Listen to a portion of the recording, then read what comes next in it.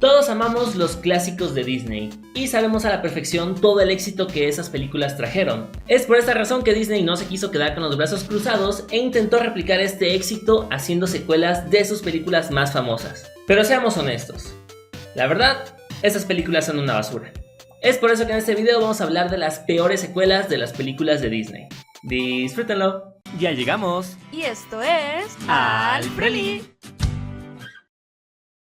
Antes de empezar, es importante dejar claro que tanto las películas que mencionaremos como las razones para justificar que sean tan malas no fueron ideas nuestras, sino que es la opinión general del público y de ustedes, Frelis. Pues a través de nuestra comunidad de YouTube les pedimos que nos dijeran cuáles consideraban que eran las peores secuelas de Disney y sí que nos dieron bastante material. Por esta razón, no todas las películas podrán aparecer en este video, pero probablemente haremos otras dos partes para poder incluirlas. Lo único que nos queda por decir entonces es... ¿están listos para echarle caca a las secuelas de Disney? Uy, porque nosotros sí que lo estamos.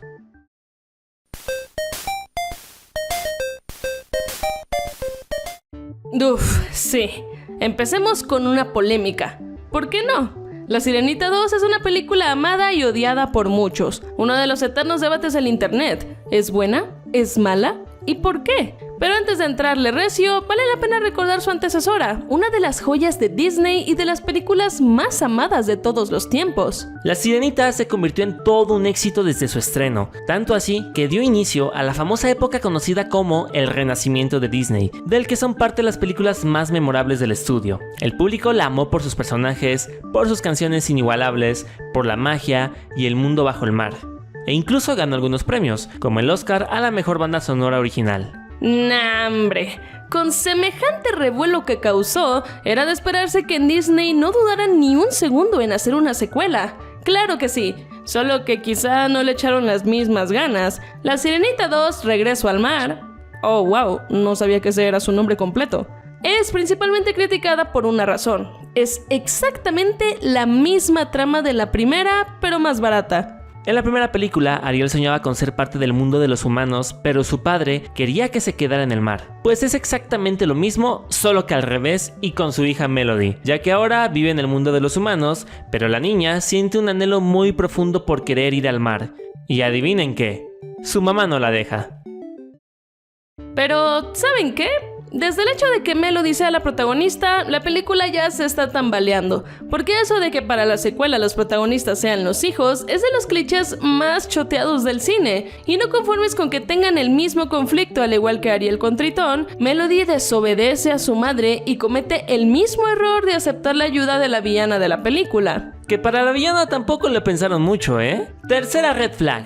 Huye si el antagonista es familiar del villano de la primera película. En La Sirenita, Ariel es engañada por Úrsula para entregarle su voz a cambio de un par de piernas, pues como al final Úrsula muere, para La Sirenita 2, ahora su hermana Morgana, de la que no sabíamos nada, engaña a Melody para darle una cola de sirena a cambio de que robe el tridente de Tritón. O sea, ¿se dan cuenta? La villana no solo es hermana de la villana de la primera y engaña de la misma manera a la protagonista, sino que encima de todo, su objetivo es exactamente el mismo: derrotar a Tritón y convertirse en la reina del mar. Nah, hombre, se me hace que estos vatos nada más agarraron el guión de la primera y les cambiaron los nombres a los personajes. Y además, la Melody roba así como si nada el tridente de Tritón, lo cual no tiene nada de sentido. Si es el rey del mar, se supone que debería tener guardias, un sistema de seguridad o algo. Pero la niña nada más pasa, lo toma y ya está. Y todavía hay un par de cosas más de las cuales quejarnos. En primer lugar, el estilo de esta peli es mucho más infantil que el de la primera, que de por sí ya era para niños. Y en segundo lugar, los sidekicks de Melody, Tip y Dash pueden llegar a ser muy irritantes. Aunque no todo es malo, porque la verdad es que sí es entretenida y algunas canciones no están tan mal. Definitivamente no es la peor secuela de Disney, pero no le echaron mucho coco para escribirla.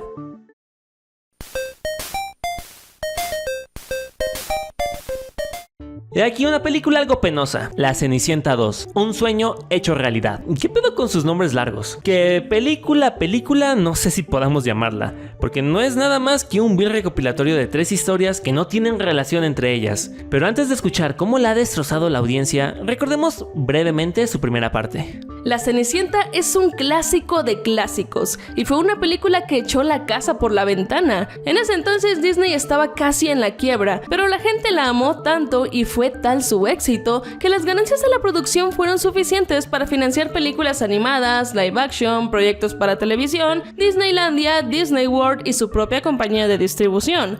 Su historia es simple pero efectiva, y al día de hoy muchas niñas todavía quieren ser Cenicienta. Ahora que lo pensamos, sabiendo todo esto, es raro que no hubieran decidido hacer una secuela hasta 52 años después. Sin embargo, pues mejor ni hubieran hecho nada, ¿no? Pero en fin, la secuela salió directamente en VHS, y como era de esperarse, las ventas se dispararon. No obstante, ya al ver la película, fue criticada porque parecía que simplemente habían unido 3 capítulos de una serie cancelada. Y no podían estar más en lo correcto. Esos 3 segmentos pertenecen a una serie fallida llamada Cinderella Stories. No, pues con razón. Y esa no sería la primera ni la última vez que utilizarían este hack con series canceladas, pero ya les iremos contando. Entonces, ¿de qué se trata cada segmento y por qué les echan tanta caca? La primera nos cuenta los conflictos de Cenicienta tratando de encajar y aprender a ser una princesa ahora que vive en el palacio.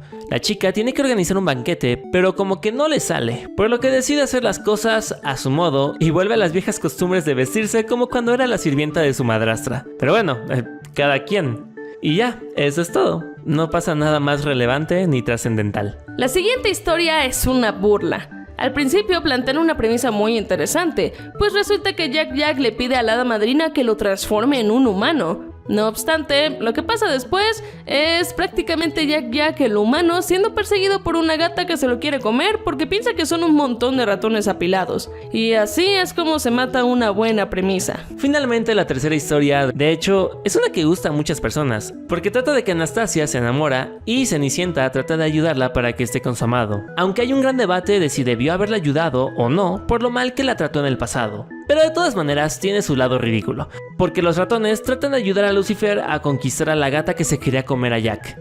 Nada tiene sentido aquí.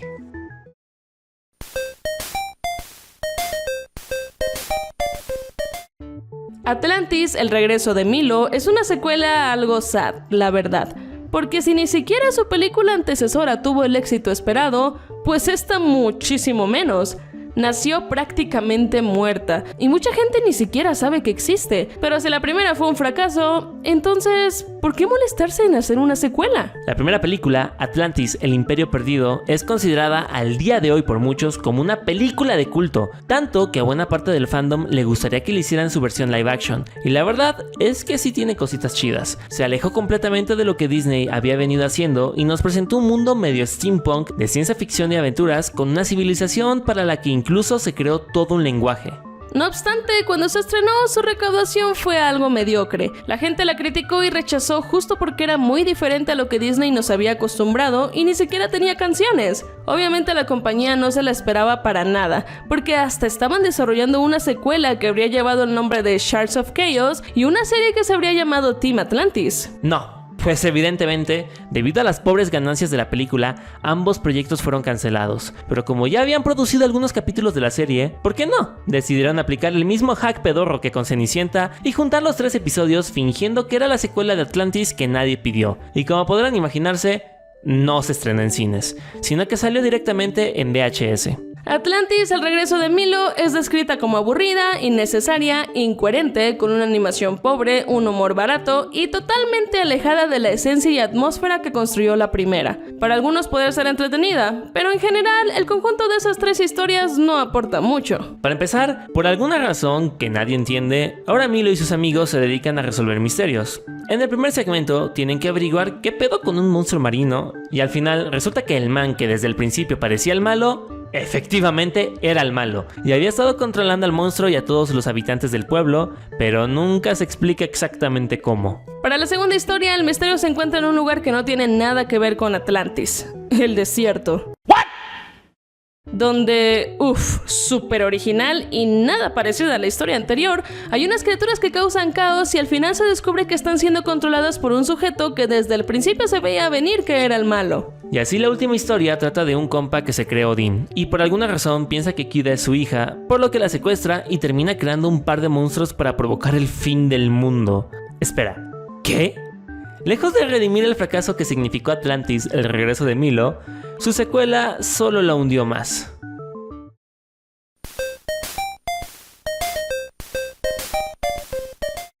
Uy, no. Pero si queremos hablar de verdaderas decepciones, Mulan 2 está en primera fila. Muchos dicen que el live action de 2020 fue una porquería y arruinó el legado de la primera película, pero eso es porque no recuerdan su penosa secuela animada de 2005. Una verdadera falta de respeto. ¡Deshonor! ¡Deshonor sobre toda tu familia! ¡Toma nota! ¡Deshonrada tu vaca!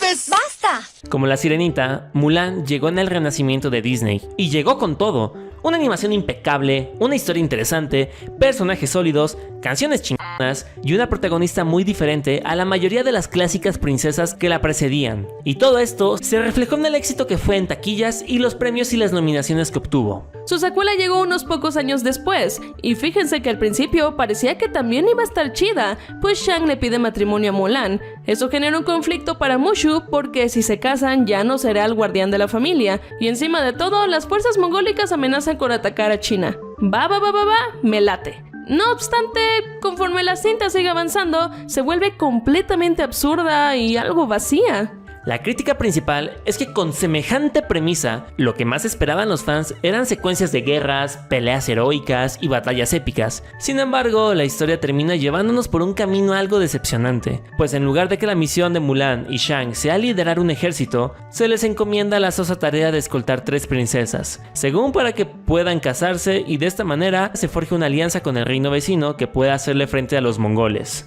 Como resultado, tenemos pura comedia romántica barata. Pues resulta que las princesas comienzan a enamorarse de sus guardias, que son los guerreros de la primera película, y estos compas también comienzan a enamorarse de ellas. Uy, pero es que no les hemos contado la peor parte de este mal chiste. Primero, como Mushu se entera de que si Shang y Mulan se casan, él dejaría de ser el guardián de la familia, su objetivo en la película básicamente consiste en tratar de sabotear su relación, lo cual convierte al simpático, carismático y amado Mushu en un personaje verdaderamente odioso. Y en segundo lugar, como consecuencia, esto provoca conflictos y malos entendidos entre Shang y Mulan que terminan cayendo en situaciones matrimoniales ofensivamente clichés y básicas, con lo cual este par prácticamente pierde su personalidad, volviéndose personajes meramente superficiales. Pero no solo se rompe la atmósfera y esencia que se construyó en la primera película, y se pierden las entrañables personalidades de Mulan, Mushu y Shang, sino que el gran clímax de la historia y el momento de mayor intensidad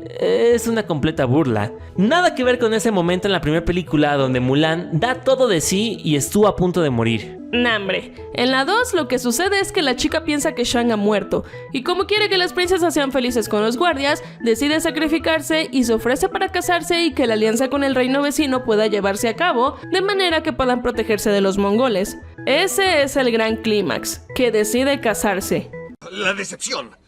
La traición, amigo. Pero bueno, resulta que al final Shang no está muerto, por lo que Mulan mejor se casa con él, y al final nadie se casa con el reino vecino, lo cual, si entendimos bien la película, debería ser algo bastante grave, porque entonces eso significa que van a ser atacados por los mongoles y no podrán defenderse. Pero parece que a nadie le importa, porque a pesar de ese hecho, todos están como si nada.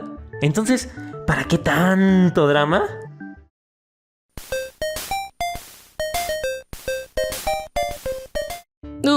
Nos tocaron puras princesas de Disney en esta ocasión. Bueno, sin contar a Kida, porque fueron tan pobres las ganancias de Atlantis que la descartaron como princesa. De hecho, esta es la primera de todas las secuelas aquí mencionadas, la secuela madre, la que inició la maldición de las terribles segundas partes. Aladdin, al igual que las anteriores, es una joyísima. La animación es estupenda, las canciones fantásticas, el humor buenísimo. Y como se podrán imaginar, su éxito se vio desde el día 1 de su estreno. Se llevó muchas nominaciones y premios, y hasta el día de hoy, tanto los personajes como la canción Un Mundo Ideal son de lo más icónico de todo Walt Disney.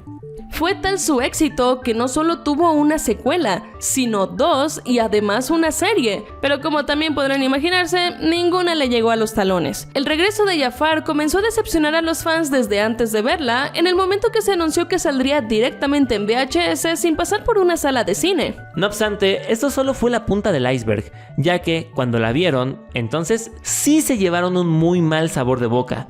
Y todo comienza desde el título. ¿Saben qué es peor que el antagonista sea familiar del villano de la peli anterior? Que sea exactamente el mismo villano. Es una premisa bastante básica. Jafar vuelve por venganza y eso es todo. Bueno, ¿tan siquiera tendremos aún ese carisma que encarnaba a los personajes?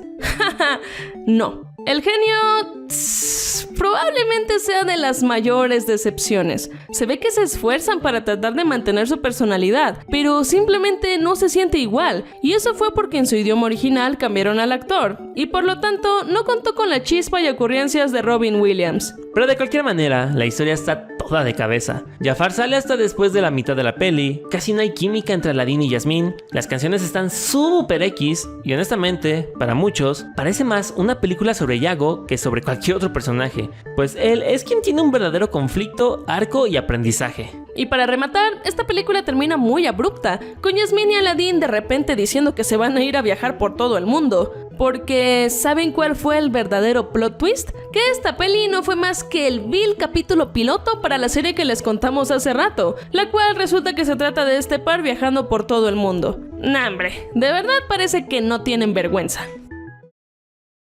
Y bueno, friendlies, hasta aquí vamos a dejar el video del día de hoy. Acá abajo en los comentarios díganos qué les pareció este video. También ustedes díganos qué otras películas, secuelas horribles de Disney les hubiera gustado ver en este top, para tal vez hacer una segunda parte. Y bueno, si quieren seguir pasando un buen rato aquí en Unfriendly, pues en la cara de Alfie les dejamos un video donde hablamos de los cómics de My Little Pony, que nos dice qué pasó entre las dos generaciones. O si quieren ver más videos, aquí en la cara de Eli les dejamos uno donde hablamos sobre la serie live action y oscura para adultos de Scooby-Doo. Friendlies, muchísimas gracias si van a ver este video hasta el final y recuerden que los queremos mucho. Adiós.